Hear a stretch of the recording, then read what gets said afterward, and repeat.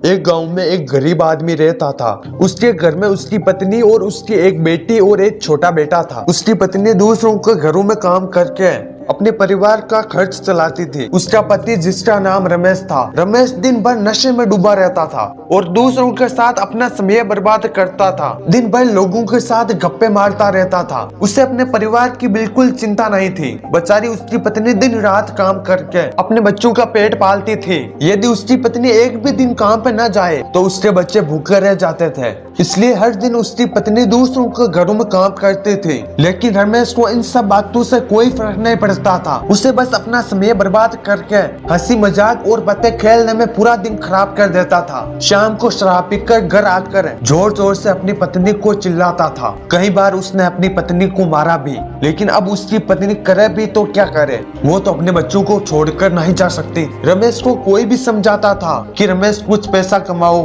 अपने बीवी बच्चों का ख्याल रखो, इससे अपना समय क्यों बर्बाद करते हो। रमेश उसके ऊपर बिगड़ जाता था तो कहता, तुम्हें इससे लेना देना क्या है, मैं कुछ भी करूं, ये मेरी जिंदगी है। इसके कारण कोई भी गांव का सदस्य इसे कुछ नहीं बोलते थे। ऐसा ही कुछ दिनों तक चलता रहा। कुछ दिनों बाद दुनिया में एक ऐसी बीमारी ने जन्म लिया जो इंसान के लिए खतरनाक थी। चारों तरफ उस बीमारी की चर्चा थी। आप सब जानते होंगे, मैं कोरोना वायरस की बात कर रहा हूँ। जब सरकार ने लॉकडाउन लगा दिया था तब चारों तरफ लोगों का आना जाना बंद हो गया था। सारे काम, सारे बिजनेस, सारी गाड़ियां, सब कुछ बंद हो गया था। अब रमेश का परिवार भूखा मरने लगा था क्योंकि उसकी पत्नी जो रोज कमाने जाती थी वो किसी के घर नहीं जा पाती थी। लोगों ने उसे काम पर बुलाना बंद कर दिया। उस बीमारी की वजह से कोई भी उसे काम पर नहीं बुलाता था। अब उसके घर में एक पैसा भी नहीं था। उसका छोटा बेटा बीमार भी हो गया था। उसके बच्चे की तबीयत ज्यादा खराब हो गई थी। तब रमेश को समझ आया कि अपने परिवार पर ध्यान देना चाहिए। उसने अपने बच्चे को हॉस्पिटल ले जाने का सोचा, लेकिन उसके पास एक भी पैसा नहीं था। पैसों के लिए उसने कुछ लोगों को फोन भी किया था, लेकिन उसको किसी ने पैसा नहीं दिया।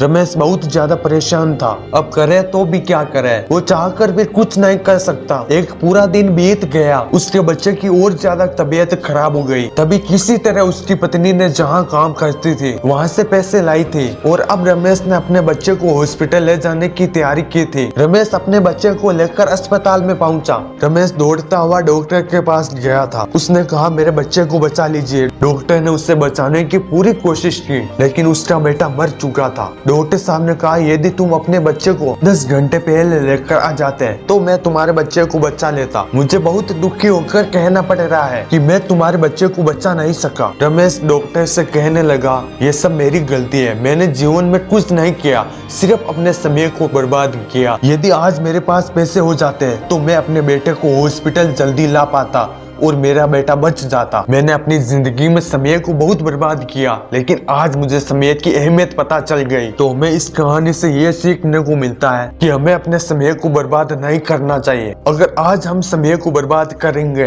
तो एक दिन समय हमें बर्बाद कर देगा। सो प्लीज अपना समय बर्बाद मत कीजिए। इस कहानी में अगर रमेश पहले से काम करता था तो उसके पास पैसे होते और अपने बेटे का इलाज करा पाता, जिससे उसका बेटा आज जिंदा होता।